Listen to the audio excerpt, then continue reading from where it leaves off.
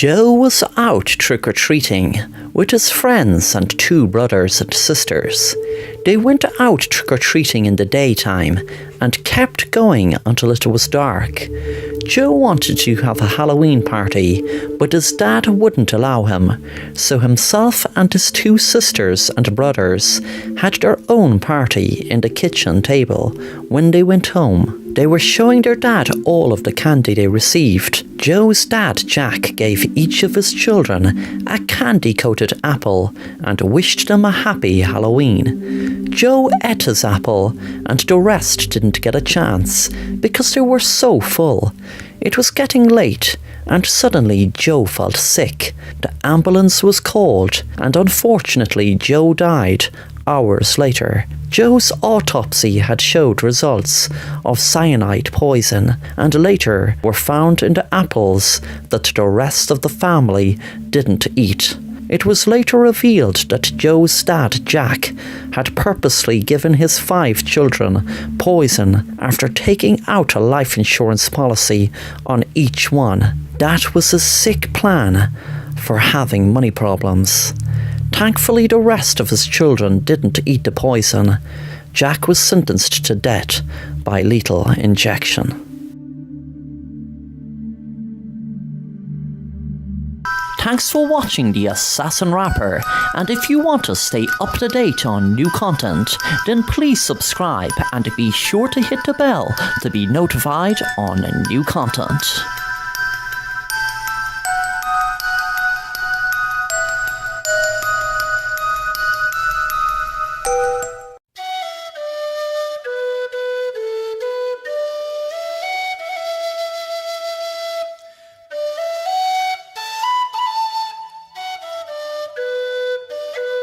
Ireland is full of ghost stories, and one of the most famous of them all is the story of a ghost who returned to the living world with the sole intention of righting a wrong. What makes this ghost story so famous and memorable is because James Haddock was acknowledged and celebrated by the Bishop of the time, Dr. Jeremy Taylor. This gave the story a very strong foundation to be passed down through the years as an Irish ghost story.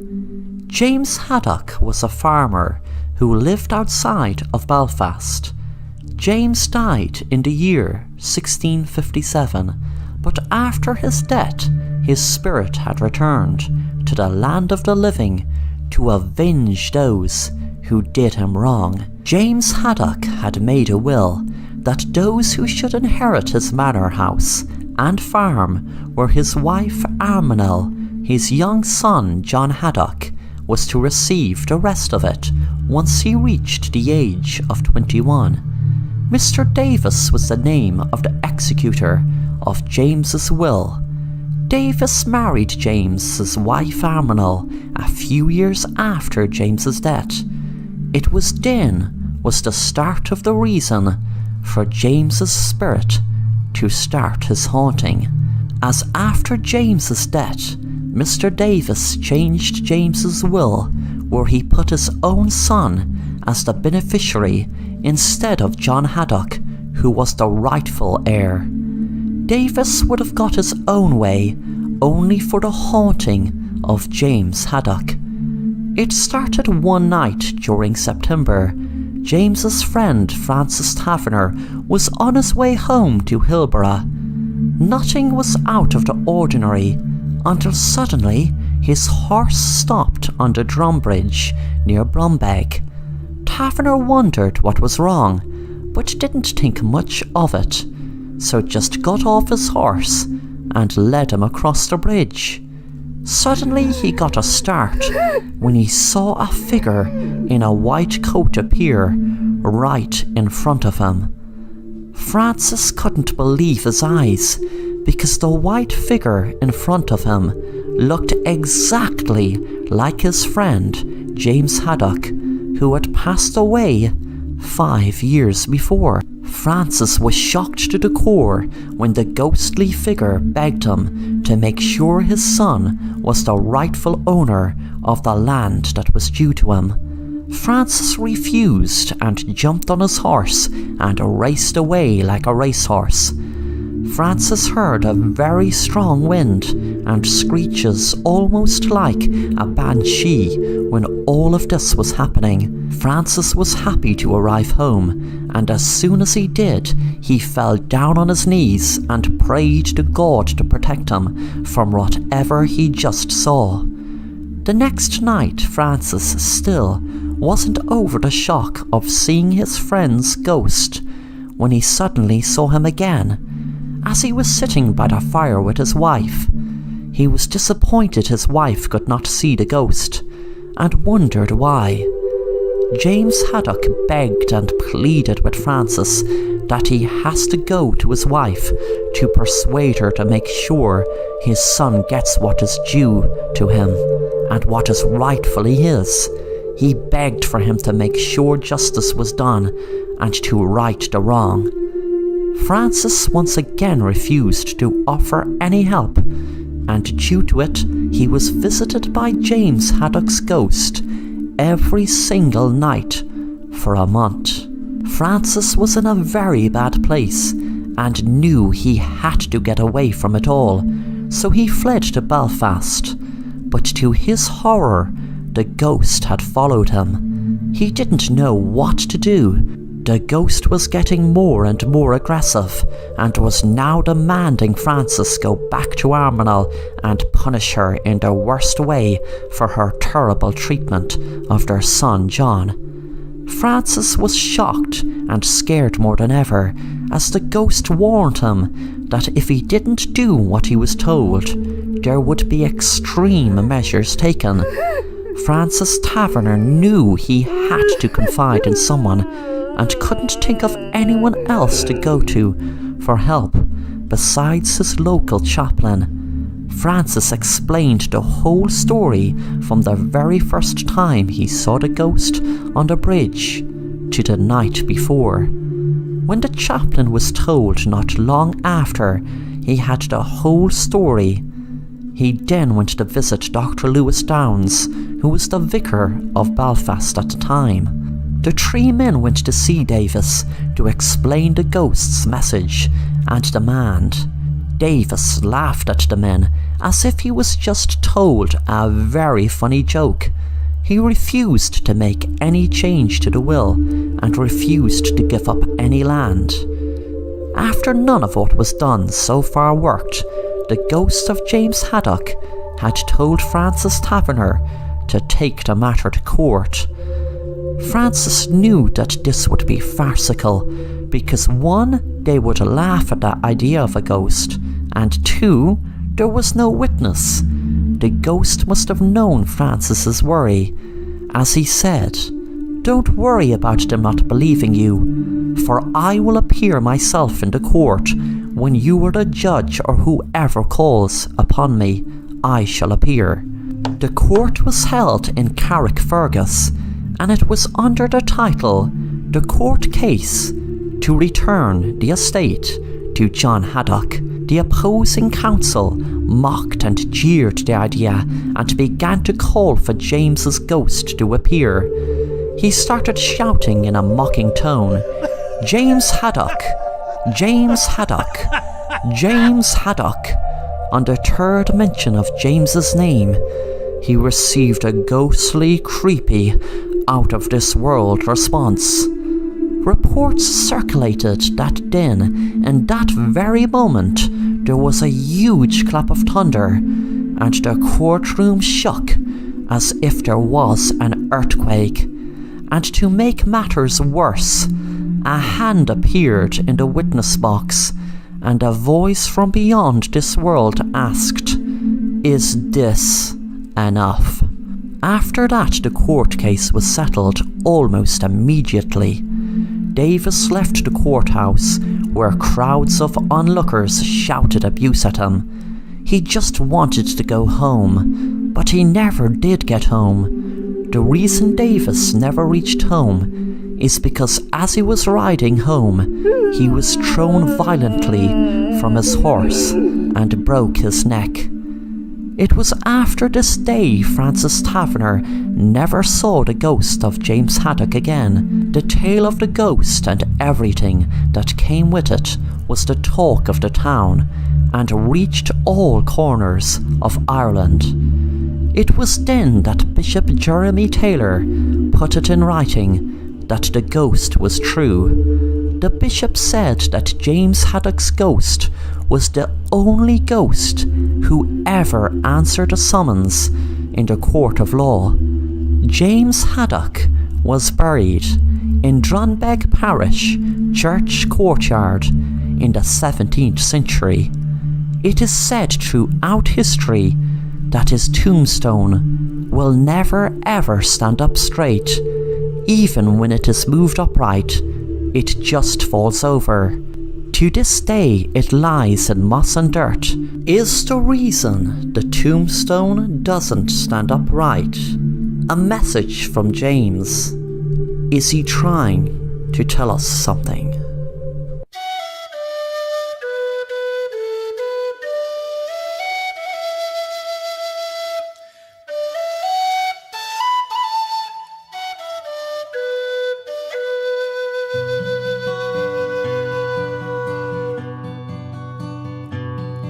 Of all the money that e'er I spent it in good company, and of all the harm that e'er I've done, alas, it was to none but me. And all I've done for want of wit to memory I can't recall. So fill to me the parting glass. Good night and joy be with you all.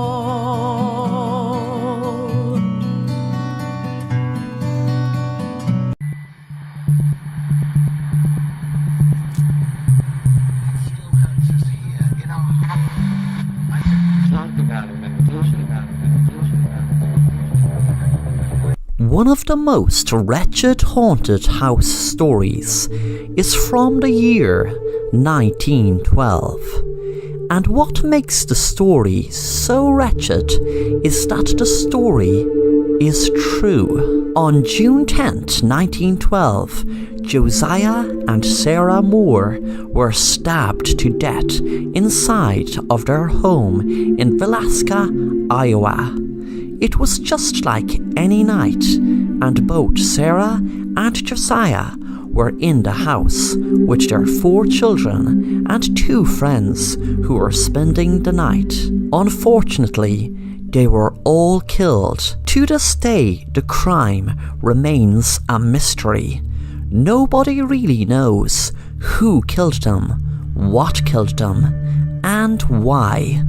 Were they just a random target, or was there some reason? No matter what reason, there was no justifying the horrible murders that took place inside the Moore home on that horrifying night back in June 10th, 1912. The Moore's home is considered to be one of the most haunted houses in the United States of America. But just like most paranormal experiences that happened in certain places and murders and hauntings, there are always certain people drawn to them places. People pay $400 to stay for one night inside the Moore home. There have been paranormal tours, but they have been cut short by children's voices, falling lamps, moving ladders, and flying objects, says the Villisca Axe Murder House website. One of the worst events that had happened in the house since the murders was when a paranormal investigator stabbed himself after spending the night. As the Villisca Axe Murder House website states, skeptics have left believers.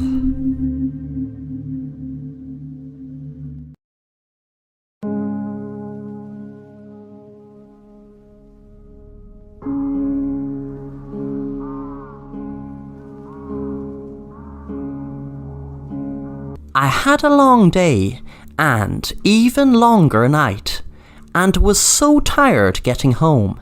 I knew that my husband would be fast asleep when I got home. I crept upstairs quietly and got dressed for bed, then crept in, not to wake my husband. I was just about to go to sleep when I heard something. I thought it was my husband up and about, but then I knew it wasn't, as I could hear his snoring. Thankfully, my husband didn't snore loud, but I could hear his faint snoring, which told me he was definitely asleep. I had no pets, so it couldn't have been a cat or a dog. I froze in my bed when I heard another noise. This time, it was in my room. I didn't move and opened my eyes just a fraction. I could see a dark figure across my room wearing a ski mask. The figure was over by my jewellery. My heart thumped in my chest and I felt like screaming, but didn't want to advertise I was here. I knew, of course, whoever it was had seen me, but I closed my eyes and pretended to be asleep, hoping they would leave and I could wake my husband and lock the door and call the police. I didn't want them to know I was awake for fear of some altercation where anything could happen. Whoever was in the room, it could be a crazy man or woman, they could be a serial killer or just some crazy addict. All these crazy thoughts ran through my mind as my heart beat faster and faster as I felt sweat fall from my brow onto my cheek. I continued to be asleep. I could hear footsteps on my carpet, but couldn't figure out which part of my room they were coming from. Suddenly, they stopped. I listened intently for more movement, but heard none. I hoped and prayed whoever was in my room were making their way downstairs now and would leave my house immediately. But I froze in fear when I heard a sinister voice in my ear say, "I know you're awake."